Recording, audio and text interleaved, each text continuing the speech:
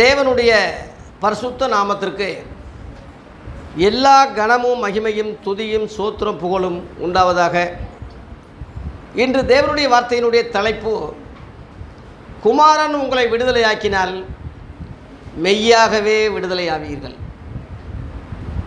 இன்று தேவனுடைய வார்த்தையினுடைய தலைப்பு, குமாரன் விடுதலையாக்கினால் மெய்யாகவே விடுதலையாவீர்கள். யோவான் 8:36 இருக்குது இந்த வசனம். ஆண்டவராகி இயேசு யூதர்களை பார்த்து இந்த வார்த்தையை சொன்னார்.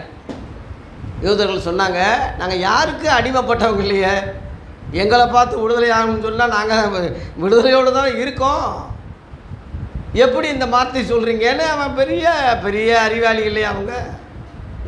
அப்போ இயேசு சொல்கிறாரு, பாவம் செய்கிற எவனும் பாவத்துக்கு அடிமையாக இருக்கிறான் என்று மெய்யாகவே உங்களுக்கு சொல்கிறேன்னு சொல்கிறார். ஆகவே தேவ பிள்ளைகளே, எவ்வளோ பெரிய கோடீஸ்வரனாக இருந்தாலும் அவன் பாவிதானே, எவ்வளோ பெரிய செல்வந்தனாக இருந்தாலும் பாவிதானே, அம்பானி அதானி பாவிதானே, பிரதமர் ஜனாதிபதி பாவிதானே, முதல்வரும் அமைச்சர்களும் பாவிதானே. அந்த பாவத்தில் அவன் விடுதலை பெறாமல் இருந்தால், பணத்தினாலே, பங்களா காரினாலே, வசதினாலே, அவன் செல்வத்தினாலே அவன் திருப்தி அடைய முடியாது. அதனால பாவம் செய்கிற எவனும் பாவத்துக்கு அடிமையாக இருக்கான். அந்த பாவத்தை குமாரன் விடுதலை ஆக்கினால்தான் மெய்யாக விடுதலையாக முடியும். மற்றதெல்லாம் பொய்யான விடுதலை. இந்த சிறைச்சாலையில் விடுதலைன்னு சொல்கிறாங்க, பொய்யான விடுதலை. உலக விடுதலைகள் முழுவதும் பொய்யான விடுதலை. இப்போ நம்ம நாடு சுதந்திரம் அடைஞ்சது 78வது சுதந்திரம் சொல்லி கொண்டாடணும், பொய்யான விடுதலை. அது மெய்யான விடுதலையா? இன்றைக்கி பேப்பரில் பாருங்கள், எத்தனை கற்பழிப்பு. ஒரு டாக்டரையே கெடுத்து கொண்டுட்டான் மும்பையில். இன்றைக்கி டாக்டர்கள் முழுவதும் போராட்டம் நடத்திக்கிட்டு இருக்கான். ஒரு டாக்டருக்கே ஒரு பாதுகாப்பு இல்லை. சப் இன்ஸ்பெக்டர் தூக்கு போட்டுக்கிட்டு சாகுறான். ஒரு இன்ஸ்பெக்டர் மனைவியை கொண்டுட்டு அவனும் சுட்டுக்கிட்டான். என்ன? அந்த பாவம் தானே, அந்த மன உளைச்சல் தானே, அந்த ஒரு வேதனை தானே. அதிலிருந்து அவனுக்கு விடுதலை இல்லைன்னு தானே அர்த்தம். அவன் காவலராக இருக்கலாம், அவனுக்கு காவல் இல்லையே. அதனால குமாரன் விடுதலையாக்கினால் மெய்யாகவே விடுதலையாவீர்கள். அல்லேலூயா. மற்றதெல்லாம் பொய்யான விடுதலை, தற்காலிக விடுதலை. அதை நம்பிடாதீங்க. இயேசு கிறிஸ்து ஒருவர் தான் மெய்யான விடுதலையை கொடுக்கிறவர். ஆகவே அவர் விடுதலை கொடுத்த பிறகு அந்த விடுதலையானவங்க எப்படி இருக்காங்க, விடுதலை ஆகாமல் இருப்பாங்கள்ல அவங்க எப்படி இருப்பாங்கன்னு சொல்லி ஒரு 2 வித்தியாசத்தை மார்க் 5 அந்த லேகியோன் பிசாசு பிடிச்சவனை வச்சியே இன்றைக்கு நான் விளக்க போகிறேன். இயேசுவால் விடுதலையான அந்த லேகியோன் பிசாசு பிடிச்சவன் விடுதலையான பிறகு அவன் எப்படி இருந்தான், விடுதலையாவதுக்கு முன்பு அவன் எப்படி இருந்தான், ஒரு 2 வித்தியாசத்தை சொல்லி நான் செய்தியை நிறைவு செய்ய போகிறேன். முதலாவது, அவன் விடுதலை ஆகிறதுக்கு முன்பு அவன் வாழ்க்கை எப்படி இருந்தது. குமாரன் விடுதலை ஆகிறதுக்கு முன்னாடி, இயேசு அவனை சந்திக்கிறதுக்கு முன்னாடி அவன் வாழ்க்கை எப்படி இருந்தது, அவன் நிலைமை என்ன இருந்தது, அவன் சுபாவங்கள் எப்படி இருந்தது. இந்த காரியத்தை மார்க் 5 1 20 வரை அந்த பகுதி இருக்குது. அந்த 20 வசனங்களில் இந்த பகுதியை பிரித்து சொல்ல போகிறேன். முதல்ல விடுதலை ஆகாமல் இருந்தவனுடைய அடையாளம் என்ன? முதல் பாயிண்ட்டு மார்க் 5:2 எடுத்தவங்க வாசிங்க.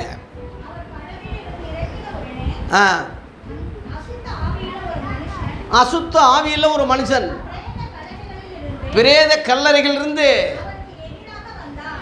அவருக்கு எதிராக வந்தான். அப்போ முதல்ல அவனுடைய குடியிருப்பு எங்கே இருந்தது? குடியிருப்பு கல்லறையில் இருந்தது. சுடுகாடு, மயானம், தனிமை. இன்றைக்கி தத்தனேரி சுடுகாட்டில் பார்த்தீங்கன்னா ரொம்ப பேர் அங்கே போய் உலாவி படுத்துக்கிட்டு தூங்கிட்டு இருப்பான். அதுதான் அவனுக்கு நிம்மதியாக இருக்குது. அசுத்தாவி பிடிச்சவனுடைய அடையாளம் என்னென்னா, அவன் குடியிருப்பு அருவருப்பான சுடுகாடு. சுடுகாடு இடத்துல பேயெல்லாம் கிடையாது, நீங்கள் அப்படி நினைக்காதீங்க. சுடுகாட்டில் பேய் இருக்குன்னா உண்மையிலே சுடுகாட்டில் பேய் கிடையாது, பிசாசு கிடையாது. அது பாடி, நம்ம சடலம் புதைக்கிற இடம் அல்லது சுடுற இடம். சுடுகாடுன்னா சுடுறது, புதைகுழின்னா புதைக்கிறது. கல்லறைன்னு சொல்கிறது யூதர்கள் காலத்தில் மலையில் குகை செஞ்சு அதுக்குள்ளே பாடியை வச்சு கல்லை வச்சு அடைச்சிடுவாங்க. அதுக்கு பேர் தான் கல் அறை. கல்லுக்குள்ளே அறை செய்கிறது. அது நம்ம திருப்பரங்குன்றத்தில் கூட நிறைய அறைகள் இருக்குது மலைக்குள்ளே. அந்த யூதர்கள் காலத்தில் இன்றைக்கும் அந்த வழக்கம் இருக்குது. ஆகவே அந்த கல்லறையில் அவன் குடியிருந்தான். இயேசுவுக்கு எதிராக வந்தான் இருக்கு. எதிராக செயல் பயந்து ஓடலை அவன். பிசாசி சும்மா சாதாரணம் நினைக்காதீங்க, நம்ம தான் பயப்படுறோம், அவன் பயப்படும். பிசாசிக்கு பயமே கிடையாது. இயேசுவுக்கு எதுக்காக வர்றான் பாருங்க. எதுக்க என்னமோ ரயில் வரும்போது எதுக்க போனான் ஒருத்தன், என்னடா செஞ்சிருவேன். ரயிலுக்கு எதுக்க போகிறான், நெஞ்சை எழுமித்திக்கிட்டு. அந்த மாதிரி இயேசு கிறிஸ்து அங்கே வர்றாரு, இறங்கி படகுல இறங்கி வரும்போது எதுக்க போகிறான். அவனுடைய குடியிருப்பு தனிமையாக இருந்தது. தனிமை அசுத்தாவி உள்ளவனுக்கு ஒரு அடையாளம். 4 சுவருக்குள்ளே நம்ம இருந்தால் மண்டை மூளை குழம்பிடும். 4 பேரை பார்க்கணும், பேசணும், ஒரு அங்கே பேப்பர் படிக்கணும், அங்கங்கே 4 பேர்கிட்ட பேசினா ஒரு ரிலாக்ஸாக இருக்கும். 4 சுவருக்குள்ளே இருந்தால் மெண்டல் பிடிச்சிடும், பைத்தியக்காரனாக போயிடுவான். நிச்சயமாக சொல்கிறேன், என்றைக்கும் உங்களை அப்படி ஆக்கிக்கிறாதீங்க, உங்களை அந்த மாதிரி ஆக்காதீங்க. யோவான் சானங்க இவர் தான் ஆட்டுக்குட்டி, இவர் தான் தேவகுமாரன், இவர் தான் புறா வந்து இறங்குனதுன்னு சாட்சி கொடுத்தவன் ஜெயிலில் அடைச்சி அவன் 4 சுவருக்குள்ளே இருக்கும்போது மண்டை மூளை குழம்பி வருகிறவர் நீர் தானா அல்லது வேறொரு வர காத்திருக்கணுமா அப்படின்னு கேட்டான். அப்பேற்பட்ட ஒரு தீர்க்கதரிசியே குழம்பிட்டானே, நம்ம ஏமாத்துறோம். ஆகவே தனிமையை விரும்பாதீங்க. தனித்து ஜெபத்தில் வேணால் தனியாக இருங்க, தனித்து ஜெபிக்கலாம். ஆனால் உங்கள் வாழ்க்கை தனிமையாகவே இருக்கக்கூடாது. ஊழியத்துக்கு ஆண்டவர் அனுப்பும் போது கூட 2 பேரை அனுப்புனாருன்றிருக்கு, தனிமையை அனுப்பலை. அதே மாதிரி ஆதியில் மனுஷன் தனிமையாக இருக்கும்போது நல்லதல்லன்னு சொன்னார் கர்த்தர். மனுஷன் தனிமையாக இருப்பது நல்லதல்ல, ஏற்ற துணையை உருவாக்கன்னு சொல்லி மனைவியை கொடுத்தாரு. ஆகவே தேவ பிள்ளைகளே, 4 ரூமுக்குள்ளே தனிமையை விரும்பாதீங்க. என்னை தனியாக இருக்க விடுங்க, என்னை தனியாக டிஸ்டர்ப் பண்ணாதீங்க, தனியாக கொஞ்சம் நேரத்தில் விடுங்க. அதுவே வாழ்நாளாக இருக்க விடக்கூடாது. அதுக்கு அடையாளம் அப்படியே அவன் தொடர்ந்து இருந்தான்னா அதுக்கு அடையாளம் அசுத்தாவி இருக்குன்னு அர்த்தம். அசுத்தாவி தனிமையை அவனை கொண்டு போகும். யூதாஸ் காரியோத்து தனிமைப்படுத்தப்பட்டான். ஏதவாறு பரிசெயரும் கைவிட்டாங்க, இயேசுகிட்டையும் போக முடியல, தனிமைப்படுத்தப்பட்டான். உடனே அவன் சிலுவை கிட்ட வந்திருக்கணும், ஓடி வந்திருக்கணும் நல்லவனாக இருந்தா. இதில் என்ன வெக்கம்? நீ செஞ்ச பாவம் உண்மை தானே, குற்றம் உண்மை தானே, துரோகம் உண்மை தானே. இயேசுவே என்னை மன்னிங்க, பண ஆசையில் இப்படி செஞ்சிட்டேன்னு சொல்லி ஒரு வார்த்தை சொல்லியிருந்தா எல்லாத்தையும் விட அவன் நல்லா இருப்பான். அவன் பெரிய அறிவாளி, சயின்டிஸ்ட்டு, பரபாசோடு இருந்தவன், நல்ல மூலக்காரன், சாதாரண ஆள் இல்லை. அவனு பரபாசுக்கே ஆலோசனை கொடுத்தவன், சும்மா சாதாரண ஆள் இல்லை. அவன்லாம் இருந்திருந்தான்னா பவுலை விட அதிகமாக ஊழியம் செஞ்சுருப்பான். என் கருத்து. அநியாயமாக நான்கு கொண்டு சாகிறதுக்கு காரணம் என்ன? தனிமை, தனிமை, தனிமை. தயவு செய்து தனிமையை விரும்பாதீங்க. இவன் சுடுகாட்டில் தனியாக இருந்தான். அவன் ஊரோடு இருந்திருந்தான்னா ஓரளவில் இந்த கதி அவனுக்கு ஆகியிருக்காது. தனித்து விடப்பட்டு சுடுகாட்டில் இயேசுக்கு எதிராக வர்றான். அருவருப்பான அந்த எலும்புகள் கூடோட அவன் காணப்பட்டான். விடுதலையானதுக்கு ஆகாததுக்கு முன்னாடி உள்ள ஒரு அடையாளம். 2வது அடையாளம், மார்க் 5 அதிகாரத்திலே 4ஆம் வசனம் 5ஆம் வசனத்தை எடுத்தவங்க படிங்க. அவன் அநேக தரம் விலங்குகளினாலும் சங்கிலிகளினாலும் கட்டப்பட்டிருந்தும் சங்கிலிகளையே உடைச்சி என்னது விலங்குகளை தகர்த்து போடுவான். அந்த விலன் எப்படி வரும்? நல்ல சாப்பாடெல்லாம் அவனுக்கு கிடையாது, நல்லா மட்டன் கிட்டன் சாப்பிட்டு உடல் பயிற்சி எல்லாம் எடுக்கலை. அந்த விலன் எப்படின்னா அவனுக்குள்ள பலவான் இருக்கான். அசுத்தாவிக்கு இன்னொரு பேர் என்னது? பலவான். அந்த பலவான் இருக்கிறதுனால சங்கிலியை முடிக்கிறான். இந்த ரகசியம் ரொம்ப பேருக்கு தெரியாது. அசுத்தாவிக்கு உள்ளவனை பாருங்க, 4-5 ஆள் பிடிக்க முடியாது அவனை, அவ்வளோ பலசாலியாக இருப்பான். அவனை அடக்க ஒருவனாலும் ஆமாம் அசுத்தாவி உள்ளவனை திருத்தவே முடியாது. ஒரு ரகசியம் சொல்கிறேன், எவனாலையும் முடியாது, எவனாலையும் அவன் திருத்த முடியாது. 1000 பேர் யோசனை சொன்னாலும் அதுக்கு மீறி தான் உடச்சிக்கிட்டு போவானே தவிர, அந்த அவன் அசுத்தாவி உள்ளவனாக இருக்கேன். மனுஷனாக இருந்தால் தானே திருந்துவான். மனுஷ பிறவியாக இருந்தால் ஒரு ஆள் சொன்னால், இன்னொரு ஆள் சொன்னால், ஒரு நல்ல ஆள் சொன்னால், நண்பன் சொன்னால் கேட்பான். தகப்பேன் பெத்த தகப்பேன் பேச்சை கேட்காம இருக்கான்னா இப்போ அவன் என்ன ஆள்? அவனை யாராலையும் திருத்த முடியாது. தகப்பன் பேச்சு மீறுறவன், நல்ல அன்புள்ளவங்களுடைய பேச்சை மீறுறவன், எவன் சொன்னாலும் அவன் கேட்க மாட்டான். ஒருவனாலும் அவனை அடக்க முடியாது, அவனை அடக்க முடியாது. ஆறுவது சினம், கூறுவது தமிழ், சேருவது இனம். அவையார் பழமொழி. வனத்தில் அலைஞ்சாலும் இனத்தில் சேர்றான்னு ஒரு பழமொழி இருக்கு. ஆகவே ஆறுவது சினம். சினத்திலேயே ஒருத்தன் கோபத்திலே இருக்கக்கூடாது, அது ஆறணும். ஒரு சூடாக ஒரு கஞ்சி காய்ச்சி வச்சு இறக்கணும்னா சூடாகவே எப்போ இருக்கும்? ஆறுறது இல்லையா அது? அந்த மாதிரி நம்ம கோபம் ஆறணும், நம்ம எரிச்சல் ஆறணும், நம்முடைய வேகம், நம்முடைய காரியங்கள்லாம் மூர்க்கங்கள்லாம் அடையணும். அப்படியே இருக்கக்கூடாது. கோபம் செய்தாலும் பாவம் செய்யாதீங்கன்னு அப்போஸ்தலர் சொல்கிறாங்க. அந்த கோபம் அதிகரிக்கும் போது பாவத்துக்கு போகிறதுக்கு வழியாயிடும். என்ன பாவம்? வெட்டு குத்து சண்டை, ஒரு நிமிஷத்தில் கொன்றுவான். அப்புறம் 14 வருஷம் அவன் இருக்கணும் ஜெயிலில். ஒரு நிமிஷம் கோபம் 14 வருஷம் ஜெயிலில் இருக்காயா? எவ்வளோ பெரிய முட்டாத்தனம்! ஒரு நிமிஷம் 2 நிமிஷம் அவன் அந்த கோபத்தை அடக்க முடியல. தயவு செய்து கோபம் வர்றது நம்ம சுபாவங்களில் ஒன்று, அதுக்கு தீனி போட்டு அதுவே மூர்க்கமாக ஆயிடக்கூடாது. ஆகவே கல்லறைகளில் அவன் இருந்தவன் அவனை அடக்க முடியல. சங்கிலியை போட்டு, சங்கிலின்னா சொந்தக்காரன் போட்டிருப்பான் போல் இருக்கு. என்னதான் இருந்தாலும் தான் ஆடாவிட்டாலும் சதான் ஆடுவோம். சொந்தக்காரன் வந்து அவனை ஏதோ சரி பண்ணுவோம், வைத்தியர்கிட்ட கொண்டு போவோம்னு போட்டு சங்கிலி போட்டிருப்பான் போல் இருக்கு. ஒருத்தருக்கும் அடங்கலை, ஒருத்தருக்கும் கீழ்ப்படியில், எல்லாம் உடைச்சி போடுறது, கதவை உடைக்கிறது, ஜன்னலை உடைக்கிறது, வீட்டில் உள்ள கண்ணாடியெல்லாம் போட்டு உடைக்கிறது. கோபத்தினுடைய உச்சம். அதுக்கு பேர் அசுத்தாவி கோளாறுன்னு அர்த்தம். புரிஞ்சுக்கோங்க.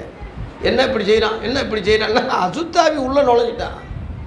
அடையாளம், அவன் அடக்க யாராலையும் முடியல.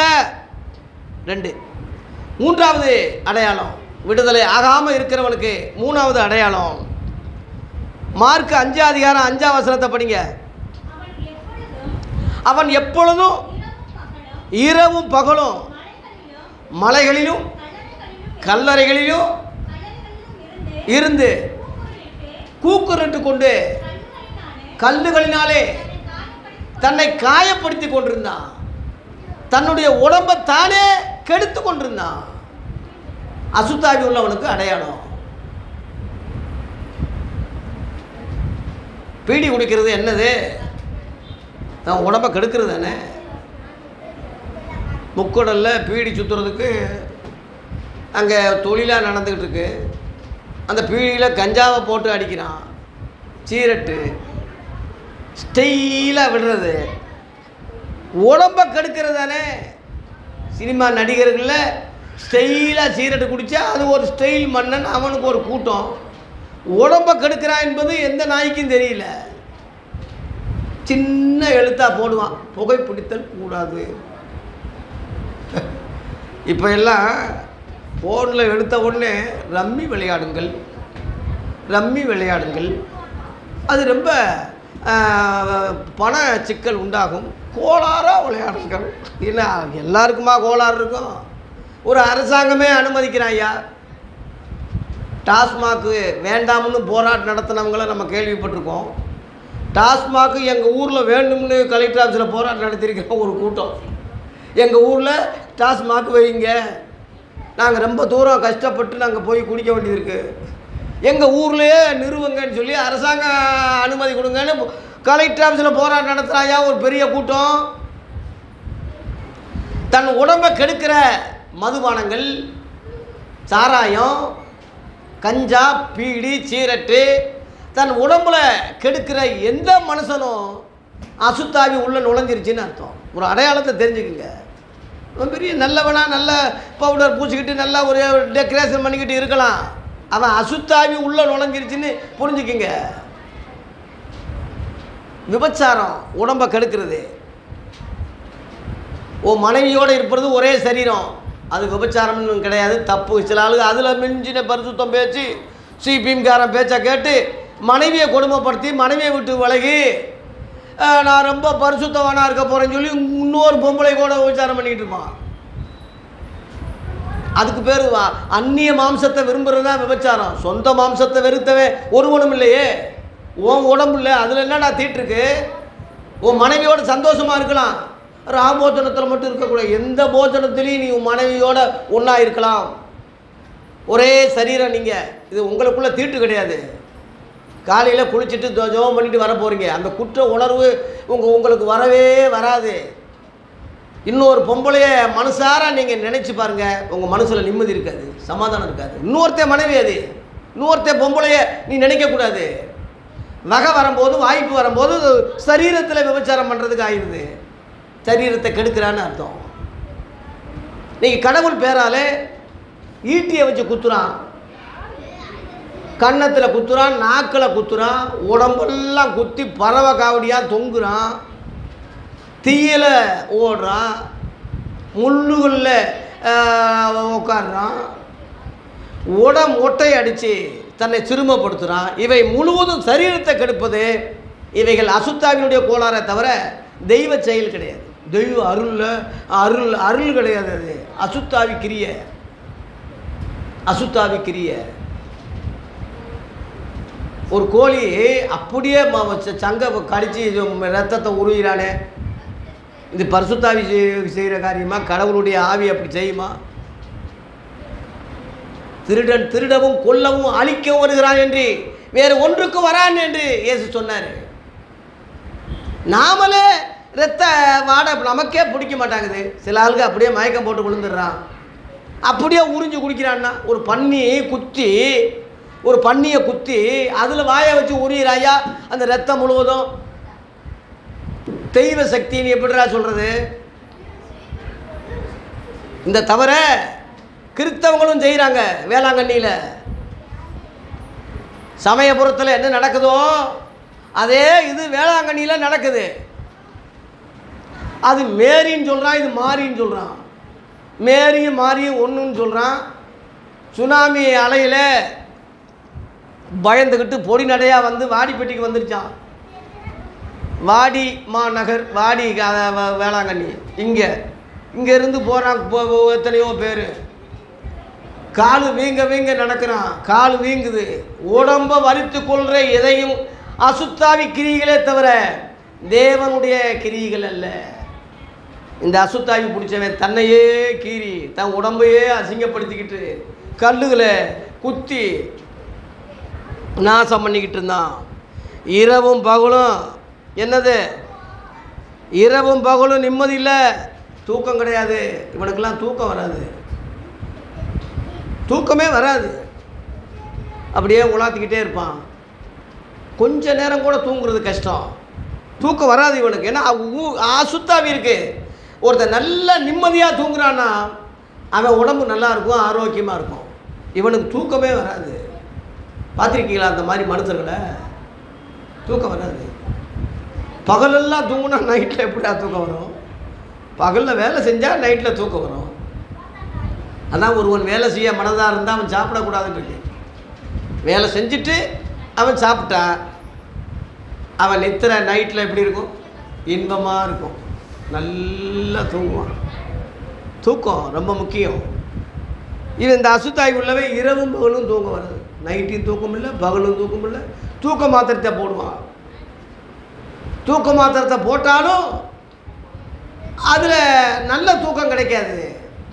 கடைசியில் அந்த மாத்திரையெல்லாம் மொத்தமாக வச்சு ஒரே தூக்கமாக தூங்கிடுவான். மொத்தமாக தூக்க மாத்திரை போட்டு ஒரே தூக்கம். அதனால தான் மரணம் நித்திரையோடு ஒப்பிடப்பட்டிருக்கு. நித்திரை மரணத்தோடு ஒப்பிடப்பட்டிருக்கு. அதுவும் மரணத்துக்கு அடையாளம் தான். ஆகவே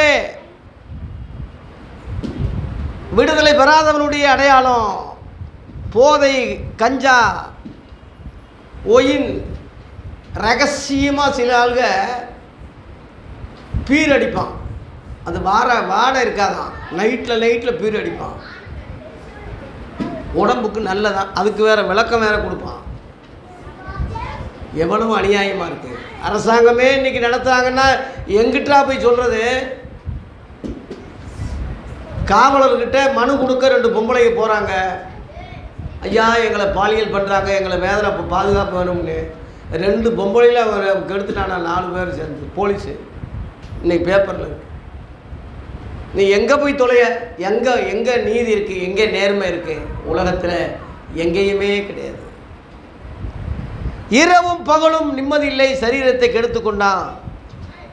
குடி, விபச்சாரம், பீடினாலே உடம்பை கீறி கொள்வது உண்டு. இது அசுத்தாவினுடைய அடையாளம். புரிஞ்சுக்கங்க. அவன் பெரிய சினிமா ஸ்டாராக இருக்கலாம். சிவாஜிக்கு குடிக்காமல் நடிப்பே வராதான். நடிகர் திலகம் அவனுக்கு பேர். நடிகர் நான் நடிகர்னா என்னன்னு தெரியுமா உங்களுக்கு? அது அர்த்தம் தெரியுமா? பிராடுன்னு அர்த்தம். பிராடுன்னு பொய்க்காரன்னு அர்த்தம். நடிப்புன்னா பொய் தானே. அவன் பாட்டு பொய், அவன் வசனம் பொய், அவன் நட பொய், உட பொய், எல்லாம் பொய் தானே. டிஎம் சவுந்தரராஜன் பாடினா எம்ஜிஆர் வாய் அசைக்கிறான், எம்ஜிஆர் பாட்டுன்னு சொல்கிறான். இவன் அறிவாளியாவன். எம்ஜிஆர் பாட்டு நல்லா, எம்ஜிஆர் பாட்டாது எழுதுனவன் ஒருத்தன், பாடுறவன் ஒருத்தன், வாய் அசைக்கிறான். இவன் பாட்டான். இன்னைக்கு தற்கொலைகள் இருக்காங்களே தமிழ்நாடு, எப்படிடா திருந்தோம்?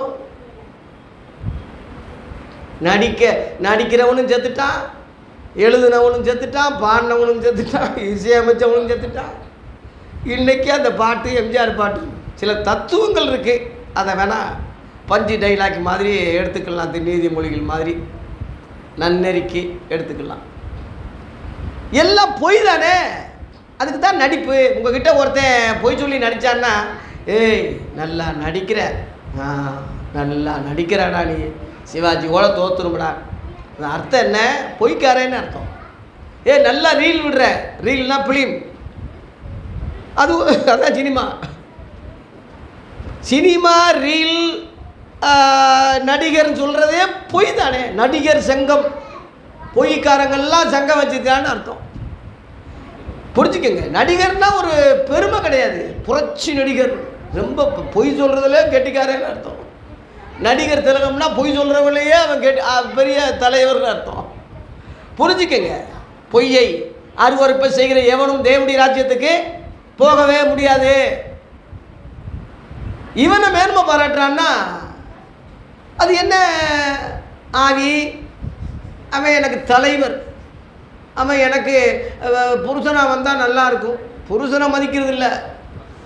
புருஷன் எப்படி இருந்தாலும் பரவாயில்ல, இந்த சினிமா நடிகர் தான் என்னுடைய புருஷனாக வந்தால் நல்லாயிருக்கும், அவன் தான் எனக்கு தலைவர், அவன் தான் ரொம்ப கெட்டிக்காரன்னு நீ நினச்சிக்கிட்டு இருந்தீங்கன்னா அதுக்கு ஒரு விபச்சாரி. நீ விபச்சாரி.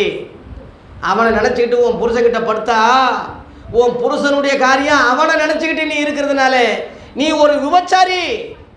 ஆம்பளை பையன் விபச்சாரே, பொம்பளை விபச்சாரி. அந்த நடிகை மாதிரி நான் இருக்கேன்னு சொல்கிறாங்க பாஸ்டர் எல்லாரும். அப்படியா? அந்த நடிகை யார்? எத்தனை புருஷன் தெரியுமா? எத்தனை பேரோட படுத்தான்னு தெரியுமா? நீ அதை உடனே ஒப்பிடுற. சென்னையில் ஒரு பொம்பளை என்கிட்ட பாஸ்டர் நயன்தாரா மாதிரி நான் ஆகணும், எனக்காக ஜெபம் பண்ணுங்க, ஜெபிக்க சொல்லுது. நயன்தாரா மாதிரி எனக்கு ஆண்டவர் ஆசீர்வதிக்க. எத்தனை ஆம்பளைகளோட சுற்றினா எத்தனை அநியாயம். இப்போ ஒருத்தன் மாட்டியிருக்கான் பணத்துக்காக. நடிகை கட்டுறவன் பணத்துக்கு தானே கட்டுறான். எது கட்டுறான்? கோடி கணக்கில் பணம் இருக்கு, பணத்தை கட்டுறான். பொம்பளைய கட்டல, பணத்தை கட்டுறான். ஆகவே இதை மேன்மை பாராட்டாதீங்க, இதை மதிக்காதீங்க. சினிமா பாட்டே சபையில் பாடுறான்டா ஒருத்தன், மதுரை ஜஸ்டின்னு. குத்து நடனம் அங்கே உள்ள விசுவாசி யாராவது ஒருத்தனுக்காவது சூடு சொரணம் இருந்தால் அவன் சட்டையை பிடிச்சின்னு இழுத்து 4 அறையை விட்டுட்டு இவனும் சேர்ந்து விசிலு பாட்டு.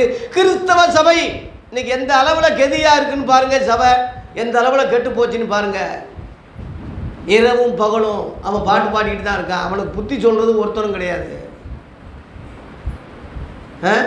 என்ன சொல்கிறது? கடைசி காலம் அசுத்தாவி கோளாறு. அவனுக்குள்ளே இருக்கிறது பரிசுத்தாவி கிடையாது. அவன் சொல்கிறான் ஒரு நாள் பிரசங்கத்தில், தேவைப்பட்டால் இயேசுவையும் நாங்கள் தூக்கி எறிவோம் சொல்கிறாயா. இயேசுவோடு எங்களுக்கு வேண்டாம். அப்படி ரொம்ப அவசியமானா இயேசுவையை தூக்கி போட்டுருவோம்னு சொல்கிறான். இயேசுவை தூக்கி போடுறவனா கிறிஸ்தவே, அவனா ஒரு போதகரு, அவனா ஒரு ஊழியக்காரு, அவனை நம்பி ஒரு பெரிய கூட்டம் உட்காந்துரு கையை தட்டிக்கிட்டு இருக்கானே. அந்த பொம்பளைகளை எந்த பொம்பளை யாராவது முக்காலே போடலை. வீடியோவில் பார்த்தேன். எல்லாம் சினிமாக்காரன், குத்து நடனம், எல்லாம் மொல்ல மாதிரி முடிச்சவைக்கு பிறந்த விபச்சார சந்ததி தான் இருப்பாங்க போட்டிருக்கு. ஜாக்கிரதையாக இருங்க. கண்டிப்பு இல்லாட்டினா அது சபை இல்லை, கடிந்து கொடுது இல்லாட்டினா அது சபை இல்லை, கடிந்து புத்தி சொல்லாட்டினா அது ஆவியானவர் கிடையாது. ஆவியானவர் சகல சத்தியத்தில் வழி நடத்துகிறாருன்னா பாவத்தை குறித்து, நீதியை குறித்து, நியாயத்தீர்ப்பை குறித்து உலகத்தை கண்டித்து உணர்த்துறதா அடையாளம். நீ அட்ஜஸ்ட்மெண்ட் பண்ணி உலகத்தோடு ஒத்துவேசம் பிடிச்சிக்கிட்டு டான்ஸ் ஆடிக்கிட்டு தெரிஞ்சிங்கன்னா நீ அசுத்தாவி தானே, பரிசுத்தாவி கிடையாது. அசுத்தாவி, அசுத்தாவிக்கு அடையாளம் இன்னைக்கு கண்ணால் பார்க்குறீங்கள. அதனால அநேக ஊழியர்கள் விடுதலையாகாமல் தான் இருக்காங்க. இயேசுவின் பேரை சொல்லிக்கிடுவாங்க, ஆனால் விடுதலை கிடையாது. அந்த சபைக்கு போகிறவனுக்கும் விடுதலை கிடையாது. அதனால் குருடனுக்கு வழிகாட்டினா இருவரும் குழியிலே விழுகிறார்கள். ஆகவே தன் சரீரத்தை கெடுத்து கொள்கிற எந்த மனுஷனும் அசுத்தாவி செயலில் தான் இருக்கானே தவிர பரிசுத்தாவியில் கிடையாது. அவன் விடுதலை ஆகாதவன் என்பதை தெரிஞ்சுக்குங்க. 3. 4வதாக மார்க் 5 அதிகாரத்திலே 6ஆம் வசனம் 7ஆம் வசனம் படிங்க. அவன் இயேசுவை தூரத்திலே கண்டபோது ஓடி வந்து அவரை பணிந்து கொண்டு, இயேசுவே, உன்னதமான தேவனுடைய குமாரனே, எனக்கும் உமக்கும் என்ன, என்னை வேதனைப்படுத்தாதபடி தேவன் பேரில் உமக்கு ஆணைன்னு சொன்னான். மிகுந்த சத்தமிட்டு சொன்னான். இந்த வார்த்தையிலிருந்து நம்ம ஆராய்ச்சி செய்யும் போது இன்னைக்கு உள்ள போதகர்களுக்கு இந்த அறிவு இல்லை.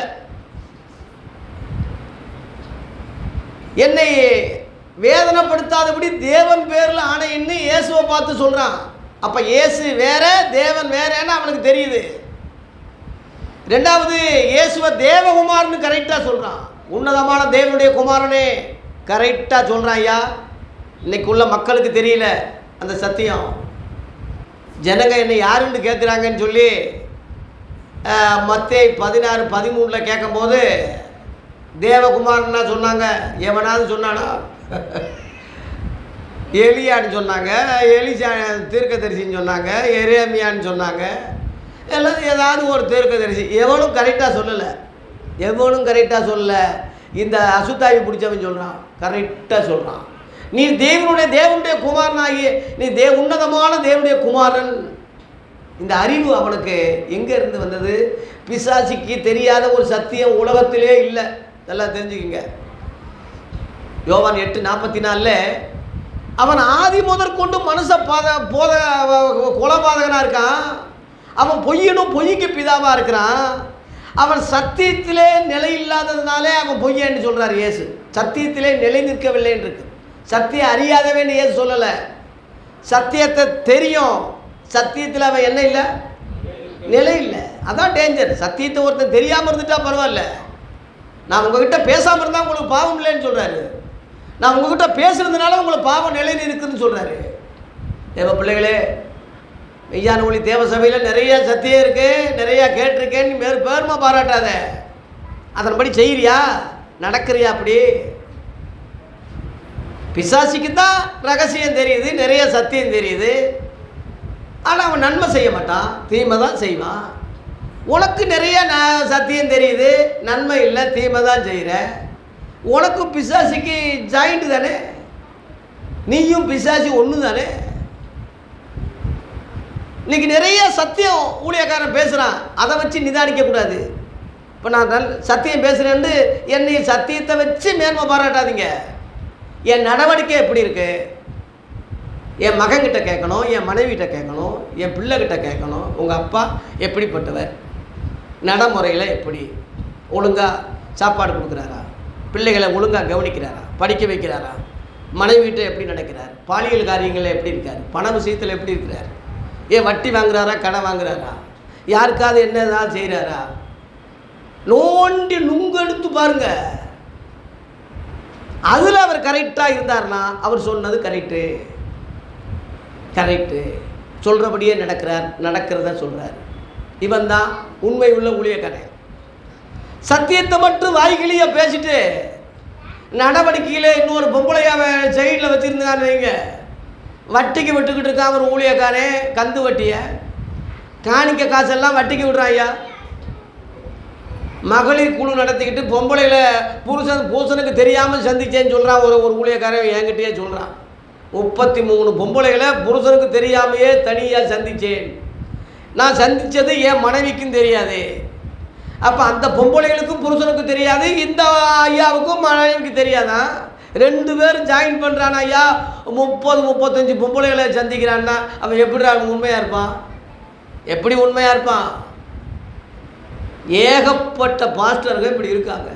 அமெரிக்காவில் பார்த்தீங்கன்னா சாதாரணமாக விபச்சாரம், வீடு விசிட்டிங் சொல்லி நிறைய விபச்சாரம். பாவம் வேலைக்காரன் வீட்டுக்காரன் காலைல போயிடுச்சு, நான் மதியம் வருவான். எல்லாம் செல்ஃபோனு. புருஷன் எப்படா போவான்னு சொன்ன உடனே செல்ஃபோன் அடிச்சிருது, வந்துருங்க வந்துருங்க. இல்லையா அப்படி நாட்டில்? அதான் விபச்சார சந்ததின்னு சொல்கிறாரு. அடையாளத்தை கேட்குறாங்க. எப்படிடா ஆண்டவர் கோபம் இல்லாமல் இப்போ இந்த வயநாடெல்லாம் கோபந்தான், சென்னையில் நடந்ததெல்லாம் கோபந்தான், தூத்துக்குடி நடந்ததுதான் கோபந்தான். கோபம் ரொம்ப அதிகரிக்கும் போது சில அடிகள் விழுகும், தாங்க முடியாதுல்ல. சோதங்கமுறை பட்டணம் தேவனுக்கு நியாயந்திருப்புக்கு முன்னாடியே 2 பட்டணம் அழிஞ்சு போச்சு, தாங்க முடியல. நினிவே பட்டணத்தை 40 நாள் அழிச்சிருவேன்னு சொன்னார். இன்றைக்கி நீங்கள் வேத பாடம் வாசித்த பகுதியில் கடைசியில் தேவன் எப்படி இருக்காரு முடியுது? பச்சைக்கிற அக்கினி. ஒரு பக்கம் சும்மா சாதுவா அப்பாவியாக இருப்பார், ஒரு கொண்டி கம்பை வச்சுக்கிட்டு ஏசு கன்றாவியா ஆடு மேய்ச்சிக்கிட்டு இருக்க மாதிரி காட்டுறீங்க. குமாரன் கோபம் கொள்ளாமலும் நீங்கள் வழியிலே அழியாமலும் இருக்கும்படி அவரை முத்தம் செய்யுங்க. கொஞ்ச காலத்தில் அப்படி கோபம். ஆமாம், தகப்பனுக்கு புள்ள தப்பாமல் இருப்பான். அப்பாவுக்கு பச்சிக்கிற அக்கினா பிள்ளையும் பச்சிக்கிற அக்கினி தான். ஏதோ கிருபையின் காலம் ஒரு பக்கம். அந்த கோபத்தையெல்லாம் என் மேலே போடுங்க, என்னை கை கொடுங்க, என்னை நொறுக்குங்க, என்னை கொல்லுங்க, நான் சிலுவையில் சாகுறேன் என் மக்களுக்காக. அவருடைய இரக்கத்தினுடைய உச்சக்கட்டத்துக்கு அந்த படியெல்லாம் தன் மேலே போட்டுக்கிட்டு தன்னையே அழிச்சுக்கிட்டாரியா ஏசு. அது ஒரு பக்கம். மறுபக்கம் எடுத்தார், சாட்டை எடுத்தார்னா தாங்க முடியாது. ஆகவே தேவ பிள்ளைகளே, நம்முடைய தேவன் பச்சைக்கிற அக்கினி. அவரை ரொம்ப கோபப்படுத்தாதீங்க, ரொம்ப அவரை சங்கடப்படுத்தாதீங்க, இம்சப்படுத்தாதீங்க. அவரை அடங்கி போங்க, பொறுமையாக போங்க. அப்பா தாங்கக்கூடிய சக்தி கொடுங்கப்பா, இதை சகிக்க எனக்கு பலன் கொடுங்கப்பா, என்னால் தாங்க முடியலப்பா, எனக்கு கிருபை கொடுங்கப்பா. அப்படி கற்றுங்க, அது நியாயம், கிருபை கொடுப்பார். அதுக்காக கெட்ட பேச்சு பேசிடாதீங்க, முறுமுறுத்துறாதீங்க, குறை சொல்லிடாதீங்க, தவறான வழிக்கு போயிடாதீங்க. தேவ பிள்ளைகளே, எல்லா மக்களை விட சத்தியம் அறிஞ்சவன் சாத்தான், புரிஞ்சுங்க. அவன் தேவனுடைய பர்வதத்தில் இருந்தான். நீங்கள் எசேக்கியேல் 28 பார்த்தீங்கன்னா தெளிவாக போட்டிருக்கும். அறிவாளின்னு போட்டிருக்கு, அளவுள்ளவேன்னு போட்டிருக்கு, தானியேலை விட அறிவாளின்னு போட்டிருக்கு. பொருளும் சொத்து சுகம் அவங்ககிட்ட அப்படியே மூடி இருந்துச்சுன்னு போட்டிருக்கு. அவன் விழுந்ததுக்கு ஒரே காரணம் பெருமை, மேட்டிமை. தேவனை விட தன்னை என்ன செஞ்சான்? அதுதான் அவன் செஞ்ச ஒரே மிஸ்டேக்கு. தேவனை விட தன்னை உயர்த்தினான், தேவனை விட தன்னை பெருசாக்கினான். இதுதான் ஆகாதென்று அவனை பரலோகத்திலிருந்து தள்ளினார். அக்கினிமயமான கற்களில் உலாதபடி அவனை தடுத்தார், கீழே துரத்தினார், தள்ளப்பட்டான். அவனோட சேர்ந்த தூதர்கள்லாம் தள்ளப்பட்டாங்க. இந்த லேகியோன் இவன் பேர் என்னன்னு கேட்கும்போது இவன் லேகியோன்னு சொல்கிறான். ஒருத்த மாதிரி தான் தெரியுது. லேகியோன்னா அந்த அர்த்தம் தெரியுமா? 6000ன்னு அர்த்தம். 6000 பேய்கன்னு அர்த்தம். 6000 சேர்ந்து ஒரு பேரில் வர்றான் லேகியோன்னு. இவன் பாவம் மனுஷன். ரெண்டும் சேர்த்தா 2 நபர்களாக மத்திய 8ஆம் அதிகாரத்தில் 20 அங்கே மத்திய எழுதுனான். இங்கே மார்க்கு ஒருத்தன் தான் எழுதுனான். ரெண்டும் ஒரே முரண்பாடு கிடையாது. ஒரே அந்த ஆவிக்குறி வகையில் பிரிச்சிங்கன்னா தெரியும் உங்களுக்கு. ஆகவே தேவ பிள்ளைகளே, அசுத்தாவி பிடிச்சவனுக்கு எல்லா ரகசியம் தெரியும், எல்லா சத்தியம் தெரியும். ஆனால் அதன்படி செய்ய மாட்டான். அதனால் நீங்கள் நிறைய சத்தியம் பேசலாம், எல்லாருக்கும் தெரியாதது உங்களுக்கு தெரிஞ்சிருக்கலாம், எல்லாருக்கும் புரியாதது உங்களுக்கு புரிஞ்சிருக்கலாம். ஏன்னா மனுஷர்கள்லாம் என்னை யாருன்னு சொல்லும் போது எவனும் சொல்லாத பட்சத்தில் இவன் மட்டும் சொல்கிறானே, நீ உன்னதமான தேவகுமாரன், கரெக்டாக அடிக்கிறானே ஐயா. அதனால் சில சபைகள் இயேசு வேற, தேவன் வேற, இயேசு தேவகுமாரன் பிரித்து சொல்லலாம். செயலில் இருக்கா? பரிசுத்தவானா இருக்கானா? நேர்மையுள்ளவனாக இருக்கானா? விபச்சாரம் இல்லாதவனாக இருக்கானா? பணாசை இல்லாதவனாக இருக்கானா? ஏழைக்கு இறங்கக்கூடியவனாக இருக்கிறானா? கிரிகளை அவர்களுடைய கனிகளினாலே அவர்களை அறிவீர்கள் சொல்கிறார். ஒரு கள்ள தீர்க்கதரிசிகளை ஊழியக்காரர்களை எப்படி அறியணும்னா மற்ற 7ஆம் அதிகாரத்தில் சொல்கிறாரு, அவர்கள் கனிகளினாலே அவர்களை கனினா கிரியை, கிரியை இல்லாத செத்தவனுக்கு அடையாளம். உயிர் உள்ளவன் பேர் பெற்றும் செத்தவனாக இருக்கான்னு அர்த்தம். அதனால இயேசுவையே கேள்வி கேட்டவன், வசனம் எழுதியிருக்கிறது, இப்படி எழுதியிருக்கிறது, மேலிருந்து குதி, தூதர்கள் உன்னை தாங்குவான்னு எழுதியிருக்க. இன்னைக்கு வசனம் போட்டி வச்சா முதல் பிரேஸ் வாங்குறவன் யாரு? சாத்தான் தான். வசனம் போட்டி வச்சா பிரேஸ் ரவுண்டில் பிரேஸ் வாங்குறவன் யாரு? அவ்வளவு அறிவு இருக்குது, நல்லா தெரிஞ்சுக்க. அவ்வளவு வேதம் தெரியும், அவ்வளோ சத்தியம் தெரியும், தேவன் யாருன்னு தெரியும், இயேசு யாருன்னு தெரியும், ஆவியானவர் யாருன்னு தெரியும். ஏன்னா அவன் பரலோகத்தில் இருந்தவன்ல, சும்மா சாதாரண ஆளா? பரலோகத்தில் இருந்தவன் சாதாரண ஆளுன்னு பிசாச்சி நினைக்காதீங்க. எல்லாம் தெரியும், ஆனால் அதுக்கு எதிராக செயல்படுவான். என்னென்ன சத்தியம் இருக்கோ. ஏன்னா பாருங்க, எனக்கும் உமக்கும் என்ன தேவகுமா, உன்னதமான தேவகுமாரே, இதோட நான் திரும்பிடுறேன்னு சொன்னானா? எல்லா சத்தியம் சொல்கிறான், ஆனால் நீ வேற நான் வேறேன்னு சொல்கிறான். உமக்கும் எனக்கும் என்ன? எனக்குன்னு ஒரு வேலை வச்சுருக்கீங்களே, சட்டம் பேசுகிறான். அதுக்கு முன்னாடியே என்னை இம்சப்படுத்துகிற சட்ட ரூல்ஸ் அவனுக்கு தெரியும். சட்ட வல்லுர்கள், கிரிமினல் லாயர், அவன் பெரிய கட்டிக்காரன், பெரிய அறிவாளி, சாத்தாவே. அதான் கருப்பு கோட்டு போட்டுக்கிட்டுருந்தான் சாத்தான், பிசாசி. எல்லாம் கெட்டிக்காரன், நல்லா இதாக பேசுவான். அறிவாளின்னு நினைக்காதீங்க. சாத்தானுக்கு மறுரூபம். எத்தனையோ குடும்பங்கள் வக்கீலால் அழிக்கப்பட்டிருக்கு, எத்தனையோ குடும்பங்கள் சீரழிஞ்சிருக்கு, எத்தனையோ நிரபராதிகள் ஜெயிலில் இருக்கான் வக்கீலால். ஏன்னா வாத திறமை, அவன் கெட்டிக்காரன். சாத்தான் கெட்டிக்காரன், அறிவாளி, கிரிமினல் மைண்ட் உள்ளவன், அழகுள்ளவன், அறிவுள்ளவன், திறமை உள்ளவன், சத்தியம் தெரிஞ்சவன். நீ அப்படி ஒரு வேலை இருந்தால் அதுக்கேற்றபடி நீ தேவனுக்கு தாழ்த்தி, ஐயா என்னை மன்னிச்சிருங்க, என்னைக்காவது பிசாசி மனம் திரும்ப முடியுமா? இந்த மாதிரி உள்ளவே மனம் திரும்பவே முடியாது. சத்தியம் தெரியும் எல்லாம். இதுதான் டேஞ்சர். அதான் அவனை மறுபடியும் புதுப்பிக்கிறது கூடாத காரியம்னே இருக்குது. தேவனால் கூடாத காரியம் ஒன்றும் இல்லை. ஆனால் இவனை இப்படி சத்தியத்தை அறிஞ்சவனை திரும்ப கொண்டு வர்றது முடியாதுன்னு ஆவியானவரே சொல்கிறாரு. தேவ பிள்ளைகளே ஜாக்கிரதை. ரொம்ப சத்தியம் பேசுறீன்னா அதன்படி நீ நடக்கலை, போய் சொல்கிற, வட்டிக்கு பணம் வாங்குற, வட்டிக்கு கொடுக்குற, விபச்சார எண்ணங்கள் இருக்குது. இதெல்லாம் கடவுளுடைய பிள்ளைகள். அதான் உமக்கு எனக்கு என்ன நீ பரிசுத்தர், நான் அசுத்தேன், எனக்கு உமக்கு சம்மந்தம் இல்லை. ஏசு என்ன சொல்கிறாருன்னா, நான் பரிசுத்தராக இருக்கிறது போல நீங்களும். அதுதான் அவருடையவர்னு. இவன் சம்பந்தமே இல்லாமல் இருக்கான்ல, சொல்கிறதெல்லாம் பொய், பிராடு. எத்தனையோ குடும்பங்களை கெடுத்திருக்கான், எத்தனையோ குடும்பங்களை வேதனைப்படுத்திக்கிட்டு இருக்கான், பொய் சொல்கிறான். விபச்சார எண்ணங்கள், அந்தரங்கத்தில் விபச்சார எண்ணங்கள் நிறையா இருக்குது. வசதி வாய்ப்புகள் வந்தால் அது செயல்படுத்துவான் போல் இருக்கு. இவன் அறிவாளி கெட்டிக்காரன் தான். ஆனால் பிசாசியுடைய ஆவி அவனுக்குள்ள நல்லது செய்யாத பட்சத்தில் அவன் அறிவாளியாக இருப்பதுனால அவன் இது பண்ண முடியாது. தன் பாவங்களை மறைக்கிறவன் வாழ்வடைய மாட்டான். அது அறிக்கை செய்கிறவன் இறக்கம் பெறுவான்னு போடலை, அறிக்கை செய்து விட்டு விடுகிறவனே இறக்கம் பெறுவான். இந்த சாத்தான் விட்டு விடுவானா? இவனை விடுவானா? விடுறதுக்காக இவனுக்குள்ளே நுழைஞ்சிருக்கான். பாவம் பாவம் பாவம். ஒரு வாலிபன் இவனுக்குள்ளே நுழைஞ்சிட்டான். இவனை கொல்லாமல் விட மாட்டேன்னு அர்த்தம். இவனுக்குள்ளே நுழைஞ்சா இவனை எப்படியாயிலும் கொன்று கொலையாக்கி எங்கள் கூட்டத்தில் அவனை சேர்த்துருவோம். பிசாசு அடைந்த ஆக்கினியே இவன் அடையும்படி விரும்புகிறவனா நல்லவன்? ரட்சிக்க வந்தவர் நல்லவனா? கொல்ல வந்தவன் நல்லவனா? ரட்சிக்க வந்தவனுடைய ரகசியங்கள் முழுவதும் கொல்ல வந்தவனுக்கு தெரியுது.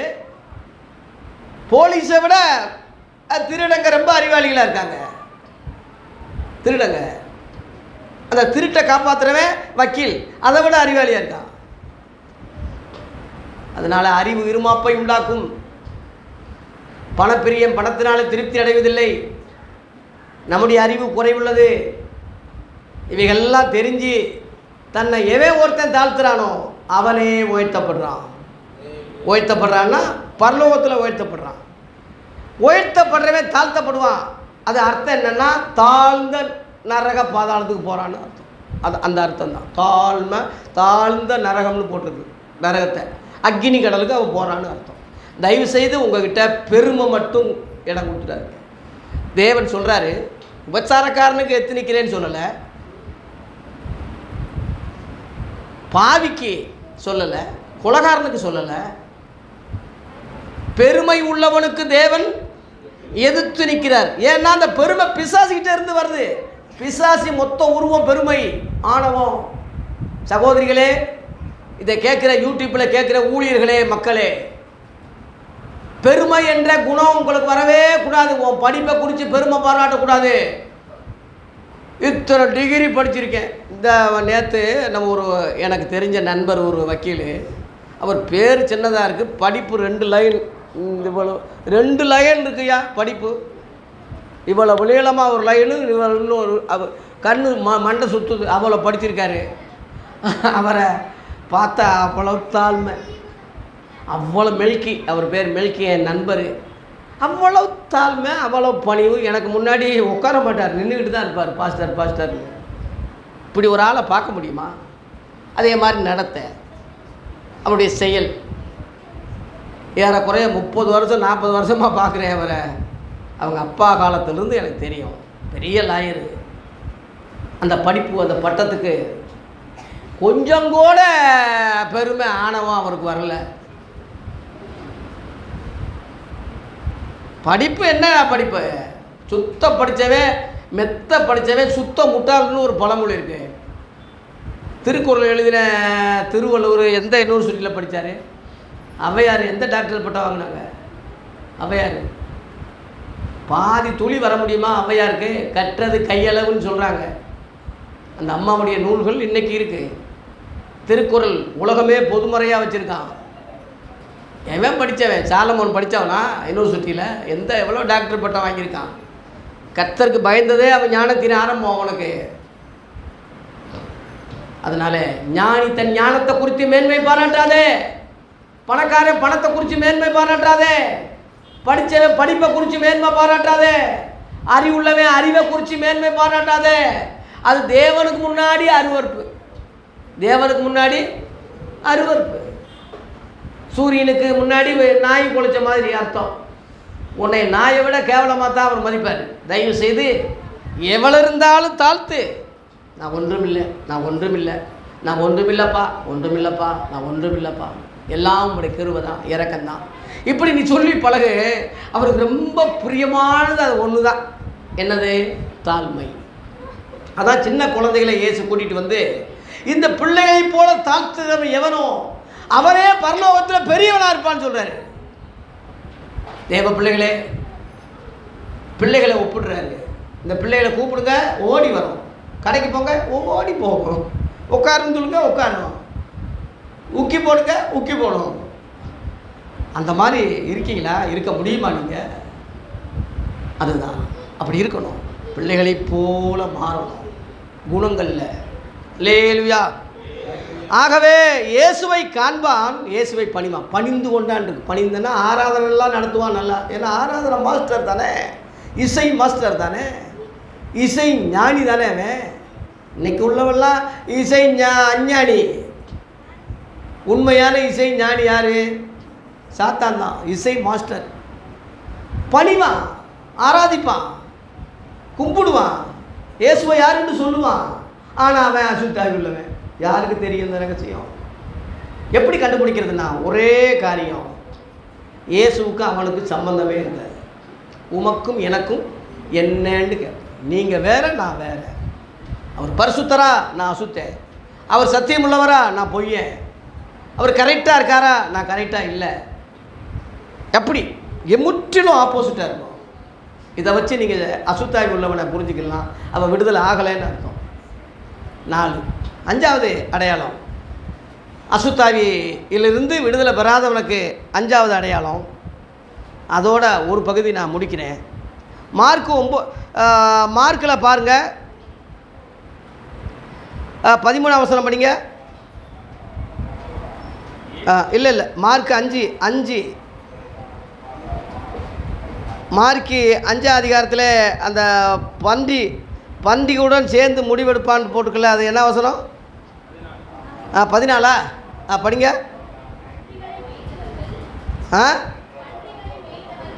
பன்றிகளை மேய்த்தவன். அதாவது அந்த 9ஆம் வசனம் பாருங்க.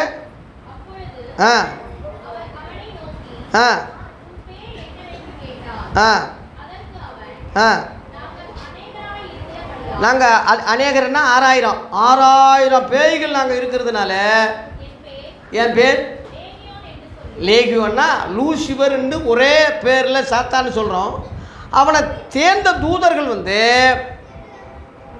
லேகியோன்னா 6000.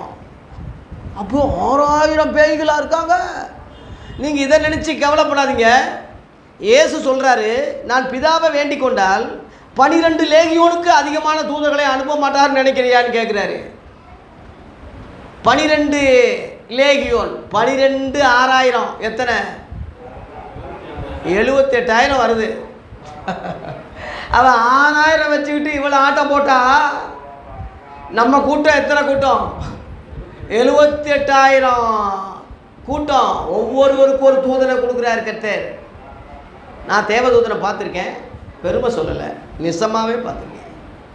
ஆரம்ப கால ஊழியத்தில் அதிகமாக ஜெபம் பண்ணுவேன். காட்டுக்குள்ளே போய் உட்காந்து ஜெபம் பண்ணுவேன். இன்றைக்கி நான் உள்ளது சொல்கிறேன். ஜெபம் பண்ணும்போதே அப்படியே பூமியில் உட்காந்துருப்பேன், அப்படியே மேலே போயிடுவேன். மேகங்கள்லாம் தெரியும். ஏறப்பிள்ளைய மாதிரி தேவதூதர்கள் பறக்கிறத நான் பார்த்துருக்கேன். நான் சொல்கிறது 84, 85 அந்த காலகட்டம். அப்படியே ரொம்ப சந்தோஷமாக இருக்கும். ஜெபத்தை நிறுத்த முடியாது. மகிழ்ச்சி, இருதயம் வெடிக்கிற மாதிரி இருக்கும். அவ்வளோ மகிழ்ச்சி, அவ்வளோ சந்தோஷம். காட்டுக்குள்ளே ஜெபிக்க போவேன்ல, காலையில் ஒரு 10 மணி 11 மணிக்கு போவேன், சாயங்காலம் வருவேன். பொதுவாக 2 மணி சாப்பாட்டுக்கு வந்துடுவேன். ஆனால் அன்னைக்கு ஒரு நாள் அந்த அனுபவத்தில் வரவே இல்லை. நான் 5 மணி ஆயிடுச்சு. அப்போ ரெக்க கண்ணில் தட்டுது. ஒரு தேவதூதன் அப்படி இப்போ ஏறப்பிள்ளைய மாதிரி பறக்கிறேன். தட்டுன உடனே அப்படியே சுதாரித்து கீழே உட்காந்துருக்கேன். தூக்கம் கிடையாது, கனவு கிடையாது. அப்படியே பயந்துட்டு ஓடி வந்துட்டேன். அதுக்கு பிறகு அது வரவே இல்லை, அந்த அனுபவம் வரவே இல்லை. சென்னையில் ஒரு தேவதூதன் அதிகால அரை தூக்கத்தில் என்னைய தட்டி, நீ நல்ல சத்தியம் பேசுகிற அப்படின்னு சொல்லி நல்ல அழகாக இருந்தான். பார்த்துருக்கேன், இயேசுவினுடைய சத்தத்தை கேட்டிருக்கேன், உருவத்தை பார்க்கல. இதே இம்மானுவேல் கோயிலில் அவர் சத்தம், பால்முருகேசு கூப்பிட்டார், சத்தம் கேட்குறார்.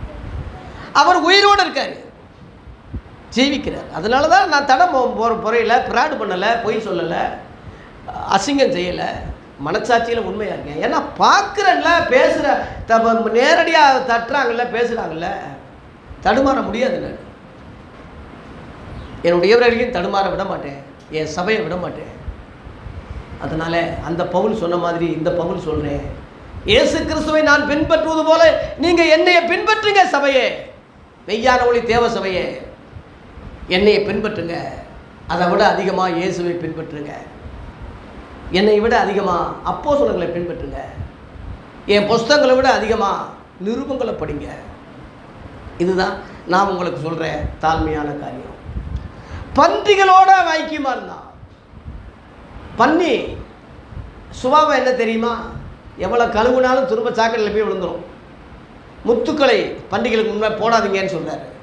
முத்துக்கள்லாம் விளையேறப்பட்ட உபதேசத்தை பன்னி பையனுக்கு கொடுக்காதீங்க. சில ஆளுங்க சொல்கிறோம்ல, பன்னி பையன், பன்னி பையன் சொல்கிற வயிறும்ல, அவன் வயிறுக்கு எப்படா முடியாதுன்னு சொல்கிறதுக்கு தான் மிருகங்களை கடவுள் படைத்தார். படைத்தான், படைப்பெல்லாம் மனுவுக்காக, எல்லா படைப்பும் மக்களுக்கு தான் படைத்தார். பன்னி குணம் எவ்வளோ கழுவுனாலும் சேத்துல போய் விழுந்துடும். அது மாதிரி சில ஆளுகளை எவ்வளோ தான் பாடம் சொன்னாலும், புத்தி சொன்னாலும், எவ்வளோ தான் தடவி கொடுத்தாலும் நாய் புத்தி போகுமா? நாயை கொஞ்ச நாள் மூஞ்சி நக்கும்னு சொல்கிறாங்க. தேவ பிள்ளைகளே, பன்றிகளோட ஒப்பிடுறான், பன்றியோடு இருக்க ஆசைப்படுறான் பிசாசி. அந்த மாதிரி அசுத்தாவி உள்ளவன் குளிக்க மாட்டான். பன்னி என்னைக்காவது குளிச்சிருக்கா? சோப் போட்டு நல்லா பவுடர் அடிச்சுக்கிட்டு திரிஞ்சிருக்கா?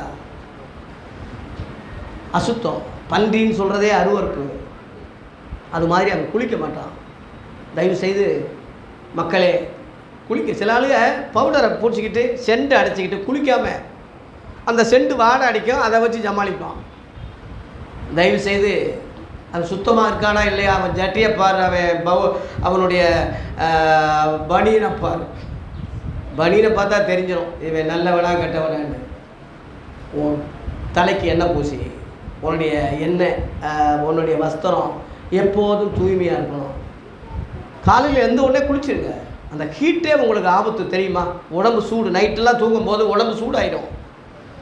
அந்த சூடை அப்படியே அதிகரிச்சிங்கன்னா உள்ள பால்ஸ் முழுவதும் அடியாகும்.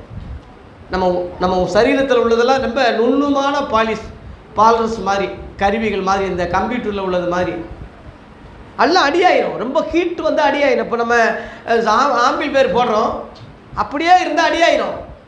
ஆஃப் பண்ணாமல் இருந்தால் அடியாயிரும். சூடு ஃபேன் சுற்றிக்கிட்டு இருக்கு, அப்படியே விட்டாச்சுன்னா அப்படியே மெல்ட் ஆகி அப்படியே இதாயிரும். உங்கள் உடம்பு அப்படித்தான், உங்கள் உடம்பு அப்படித்தான். காலையில் தயவு செய்து குளிச்சுருங்க. நைட்டில் முடியாட்டா மேல் ஊற்றிக்கங்க.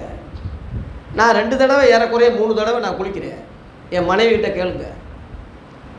பல்லு 2 தடவை விளக்குங்க. சில ஆளுங்க வாயை பார்த்தீங்கன்னா அவனை எப்படி ஆளுன்னு கண்டுபிடிச்சிடலாம். உடம்பு சுத்தம். உங்கள் உடம்பு தான் கோயில்.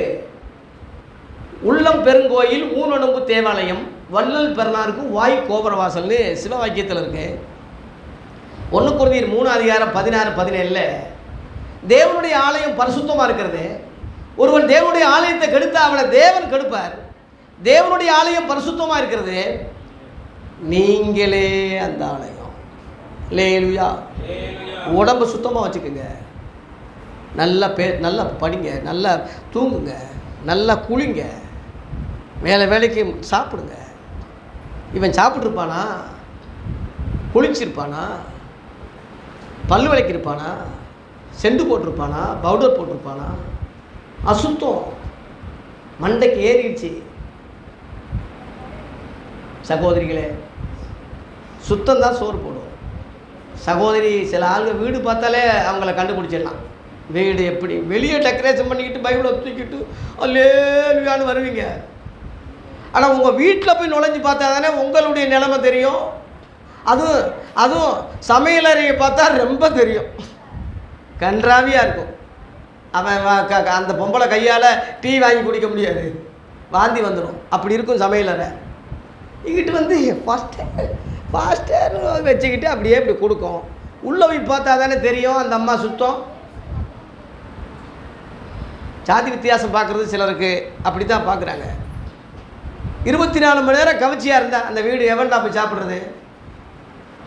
சென்னையில் சில வீடுகளை பார்த்துருக்கேன், உள்ளே போனாலே கவிச்சி அப்படியே உடல் குமுட்டுற மாதிரி இருக்கும். கவிச்சி இல்லாமல் அவன் சாப்பிட மாட்டான் போல் இருக்கு. எதுக்கு எடுத்தாலும் மீன், நண்டு, கறி, பன்னிக்கறி, மாட்டுக்கறி, என்னடா. அதனால தான் சில ஆளுங்க சைவம் விரும்புகிறாங்க, சிலர் அசைவத்திலேயே பன்னி நாயாக இருப்பான். இவனை போய் வித்தியாசம் பார்க்கக்கூடாது. சகோதரர்கள் அவங்க வீட்டில் நீ சாப்பிடு, நீ வீட்டில் இவன் சாப்பிட்றான்னா எப்படிடா சாப்பிட முடியும்? எப்படி சாப்பிட முடியும்? ஜாதி வித்தியாசத்தை பார்க்குறாங்கன்னு நினைக்காதீங்க. அவங்கள சுத்தத்தை பார்க்குறாங்க. சுத்தம் தான் முக்கியம். நான் பரிசுத்தராக இருக்கிறது போல நீங்களும் பரிசுத்தராக இருங்கன்னு சொல்கிறாரு. அந்த பரிசுத்த அந்த நிலைமையில் உள்ள தேவ பிள்ளைகள் சுத்தமாக தான் இருப்பாங்க. ஆதாம் ஏதாலும் ஆண்டவர் படைக்கும் போது பருப்பு வகைகளை தான், கறி மீன் எல்லாம் கிடையாது. பருப்பு வகையில் தானியங்கள், அந்த காய்கறிகள் தான் அவங்களுக்கு வெஜிடபிள் தான் உணவாக இருந்தது. என்னைக்கு அவன் பாவம் செய்தானோ, அகராதி பண்ணானோ, துமுறு பண்ணானோ, இவன் இனிமேல் ரொம்ப உயிரோடு இருந்தால் வம்புடான்னு சொல்லி இதையும் சேர்த்து சாப்பிட்றான்னு சொல்லி ஆதியாகமம் 9ஆம் அதிகாரத்தில் சேர்த்து சீக்கிரம் சாகுங்கடான்னு கொடுத்தாரு. மாம்சம் சாப்பிட்றவன் அந்த புத்தி தான், மந்த புத்தி தான் இருக்கு. எருமை மாதிரி இருக்கிறிய, அவன் எருமையை சாப்பிட்டுக்கிட்டு இருக்கான்ல, அப்படி தானே இருப்பான். என்ன மாடு மாதிரி இருக்கேன்னா மாட்டை சாப்பிட்றவன் அப்படி தாண்டா இருப்பான். மாட்டு சுபாவம் இருக்கும். அதனால தயவு செய்து அசைவம் சாப்பிட்றவங்கள குறை சொல்கிறீங்கன்னு நினைக்காதீங்க. நானும் அசைவம் சாப்பிட்றவன் தான். சுத்தம் சோறு போடும், சுத்தமாக இருங்க. ஒரு வாரத்தில் ஒரு நாள் அசைவம் எடுக்கிறது, மீன் எடுக்கிறது தப்பு இல்லை. ஆனால் டெய்லியாக பொறிச்சு சாப்பிட்றது, டெய்லி கருவாடு இல்லாமல் சாப்பிட மாட்டானே, அசுத்தம். தயவு செய்து அதை மாற்றிக்குங்க. தேவ பிள்ளைகளே மாற்றிக்குங்க. உங்கள் உணவு பழக்க வழக்கங்கள் மாறணும், உங்கள் உடை மாறணும், நடை மாறணும். நல்லா குளிங்க. தயவு செய்து குளிச்சிருங்க. காலையில் எந்திரிச்சு குளிச்சிருங்க. குளிக்காமல் வீட்டை விட்டு போகாதீங்க. பல்லு நல்லா விளக்குங்க, பல்லு நல்லா விளக்குங்க. 250 ரூபாய்க்கு வாங்கி வச்சுருக்கான் என் ஜான்பாலு பேஸ்ட்டை. எதுக்கோ செலவு பண்ணுறாங்க சில ஆளுங்க. பல்லுக்கு முக்கியத்துவம் கொடுக்க மாட்டாங்கிறான். அது சாம்பலை எடுத்து விளக்குறது, இந்த மண்ணை தூக்கி விளக்குறது, செங்கலை எடுத்து தேய்ப்பான். பல்லு அப்படியே தேஞ்சி மம்புட்டி மாதிரி ஆகிடும். நல்லதுக்கு செலவு பண்ணுங்க. 250 ரூபா எவனாவது வாங்குவானா பேஸ்ட்டுக்கு? நான் ஒரு நாள் பல்லு வழியில் இருக்கும்போது எனக்கு வந்து கொடுத்தான், அப்பா இது விளக்குங்க பண்ணு.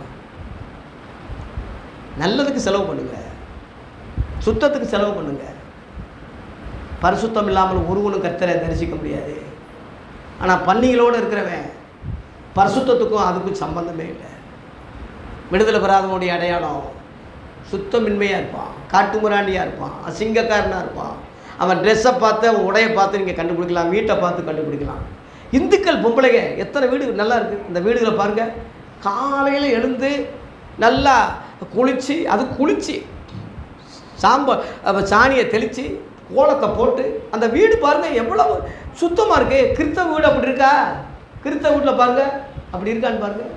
8 மணி 9 மணி வரைக்கும் தூங்கிக்கிட்டு இருந்தான்னா எப்படி இதாக இருக்கும்?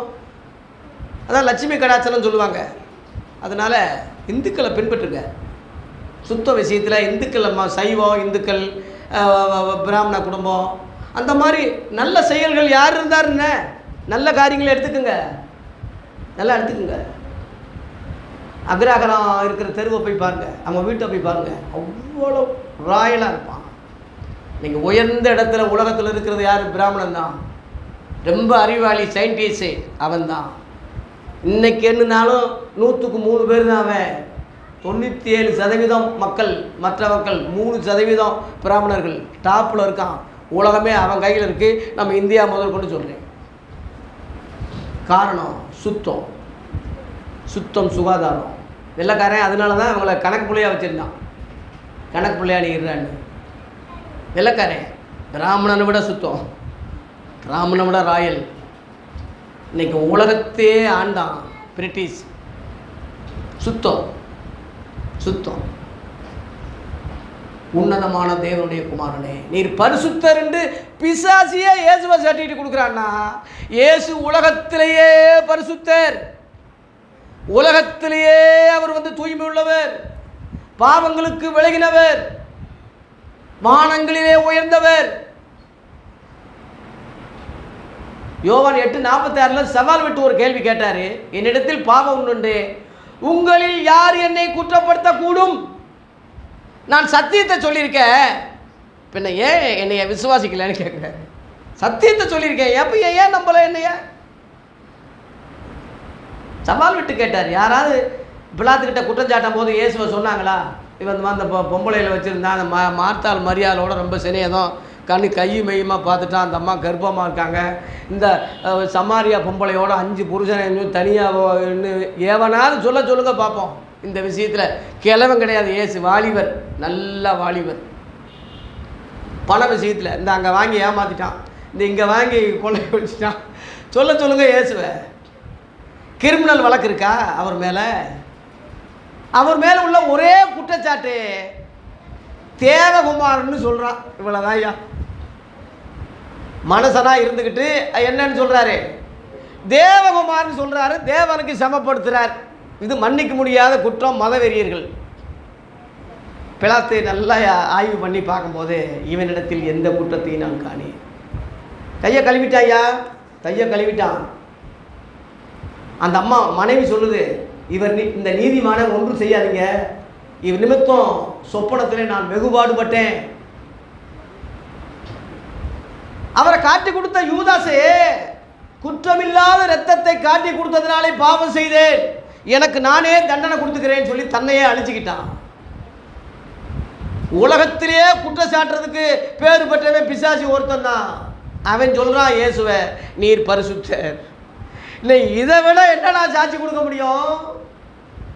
வானத்தை பூமியை உண்டாக்கின தேவனே இயேசுவை பார்த்து சொல்கிறாரு, நீர் என்னுடைய நேசகுமாரன், நான் உம்மில் பிரியமாக இருக்கிறேன், மக்களே இவருக்கு செவி கொடுங்கள்னு சொன்னார். தேவனே சொல்கிறாரு, நீ கடவுளை நம்புறது, அல்லாவை நம்புறது, ஈஸ்வரனை நம்புறது, எத்தனை கடவுளை ஆண்டவரை நம்புறது உண்மையாக இருந்தா அந்த கடவுளே மக்களுக்கு சொன்ன ஒரே வழிகாட்டி அறிகுறி இயேசு கிறிஸ்து ஒருவர் தான். அவர் நேற்றும் இன்றும் என்றும் மாறாதவராக இருக்கிறார். உலகத்தில் வந்து அவர் எந்த மனுஷரையும் பிரகாசிப்பிக்கிற மெய்யான ஒளியாக இருக்கிறார். எந்த மனுஷனையும், எப்பேற்பட்ட மனிதனையும் ஒளி கொடுக்கிற, விடுதலையாக்குற அந்த மனிதன் இயேசு ஒருவர் தான், மனுஷகுமாரன். ஆகவே குமாரன் விடுதலையாக்கினால் மெய்யாகவே விடுதலையாவீர்கள். ஒருவனாலும் அடக்க முடியாத இவனை, அசுத்தவன் இவனை, எனக்கு உமக்கு என்னன்னு பிரித்து சொன்ன இவனை, சங்கிலியை போட்டு கட்டி உடைக்கிற இவனை, கல்லறையிலேயே அவன் குடியிருப்பாக இருந்த இவனை, மக்களால் புறக்கணிக்கப்பட்ட இவனை, மனநோயாளியை போல அசுத்தாவி நிலைமையில் இருந்த இவனை இயேசு எப்படி விடுதலையாக்கினார்?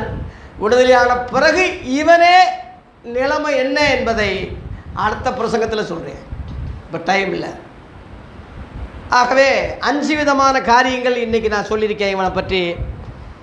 1, அவன் குடியிருப்பு கல்லறை. 2, அவனை திருத்த அடக்க யாராலையும் முடியாது. 3வது, அவன் சரீரத்தை கெடுத்து கொண்டிருந்தான். 4வது, அவன் இயேசுவை காண்பா, பணிவா, தேவகுமார்னு கரெக்டாக வேற பேசுவான். கடைசியில் எனக்கு உனக்கு என்னன்னு சொல்லிடுவான். 5வது, பண்டிகளோட அசுத்தமாக இருப்பான். இந்த 5 அடையாளங்கள் உள்ளவன் தான் அசுத்தாவி உள்ளவன். இந்த மாதிரி உள்ளவன் எவன் அந்த யாராக இருந்தாலும் அசுத்தாவி உள்ளே இருக்குன்னு புரிஞ்சுக்குங்க. அவன் சரீரம் தேவாலயம் அல்ல, கல்லர் குகை அப்படின்னு புரிஞ்சுக்குங்க. அவன் பிசாசின் மகன்னு புரிஞ்சுக்குங்க. அவன் அசுத்தாவி குடியிருக்கிற ஒரு குடியிருப்புன்னு புரிஞ்சுக்குங்க. இப்படிப்பட்டவ மக்களை உலகத்தில் எந்த சக்தினாலையும் அடக்க முடியாது, திருத்த முடியாது, விடுதலை பண்ண முடியாது. ஒரே சக்தி இயேசு கிறிஸ்து ஒருவர் தான். குமாரனை விடுதலையாக்கினால் சொல்லுங்க, மெய்யாகவே விடுதலை ஆவீர்கள். அல்லேலூயா. இந்த குமாரன் இவனை எப்படி சந்தித்தார், எப்படி விடுதலையாக்கினார், விடுதலையான பிறகு அவன் வாழ்க்கை எப்படி இருந்தது என்பதை அடுத்த பிரசங்கத்தில் சொல்கிறேன். இத்துடன் நான் இன்றைக்கு இந்த செய்தியை நிறைவு செய்கிறேன். கர்த்தர் நம்மை ஆசீர்வதிப்பாராக. நன்றி.